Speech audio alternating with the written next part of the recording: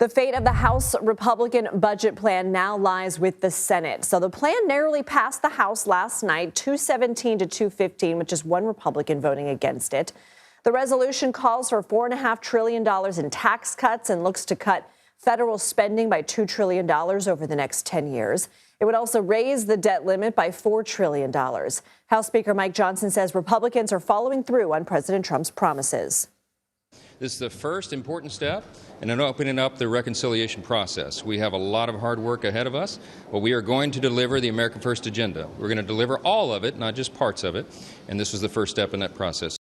CBS News congressional reporter Taurean Small has been following this closely from Capitol Hill. Of course, Taurean, I was here last night. I was looking at the updates, watching the floor. Looked like they didn't have the votes. Then what changed?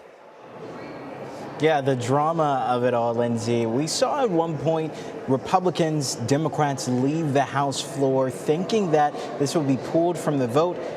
It will be tabled to a later date because the numbers just weren't lining up. But we know that Donald Trump himself was making calls to lawmakers on the fence, like Victoria Sparks of Indiana, Warren Davidson, other Republicans who just weren't satisfied with the level of depth to these cuts. Ultimately, that conversation, as well as conversations that Speaker Johnson also had with those members, were effective enough in changing their minds, which is why we saw, literally cars of lawmakers turn around, come back and vote. Ultimately, it was Thomas Massie that was the lone defector in the Republican Party to this bill.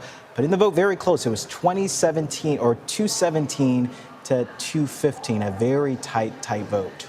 Minority Leader Hakeem Jeffries said last night the budget would hurt Medicaid. Today, President Trump pushed back on that. Let's listen to both.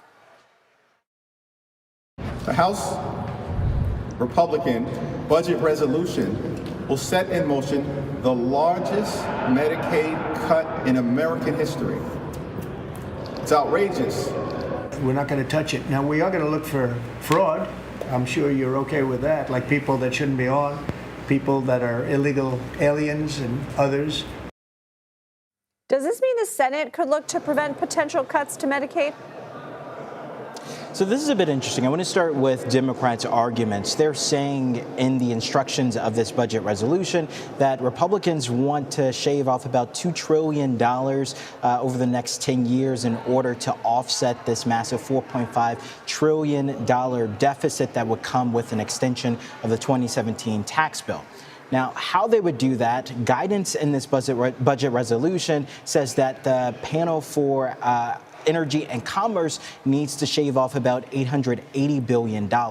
Democrats are saying under that panel's purview is Medicaid. There's no other areas they can cut to effectively reach that number without dipping into that pot, even though the president has said that he does not want to see Medicaid touched. Now, we know that the president and Republican lawmakers haven't necessarily seen eye to eye on the implementation of his legislative agenda. In fact, the president not too long ago just tweeted out or posted on his social media site, Truth Social, that he wants Republicans to make his tax cuts permanent.